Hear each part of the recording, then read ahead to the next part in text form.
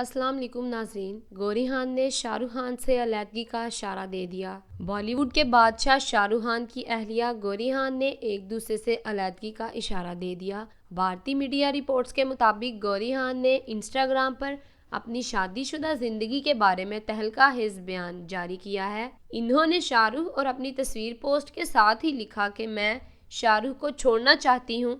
गौरी खान ने कहा कि मुझे लगता है कि शायद हमने शादी के बारे में जल्दी फैसला कर लिया, लिहाजा मैंने ब्रेक ले ली। वो मेरे बारे में कुछ ज्यादा ही मोहतात रवैया रखता है और ये मैं इस सूरत हाल को कंट्रोल नहीं कर सकती। गौरी ने मजीद बताया कि इन्हें भी जगह और कुछ वक्त चाहिए। वो कई मर्तबा पहले भी ऐसा कर चुकी हैं, लेकिन फिर बाद में वापस आ गई। याद रहे कि अदाकारा शाहरुख खान की शादी गौरी खान से 25 अक्टूबर 1991 में हुई थी।